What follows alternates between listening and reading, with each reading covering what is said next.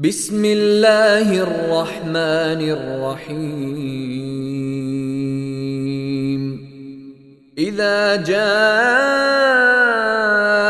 نصر الله والفتح ورأيت الناس يدخلون في دين الله أفواجا فسبح بحمد ربك واستغفره إنه كان توابا.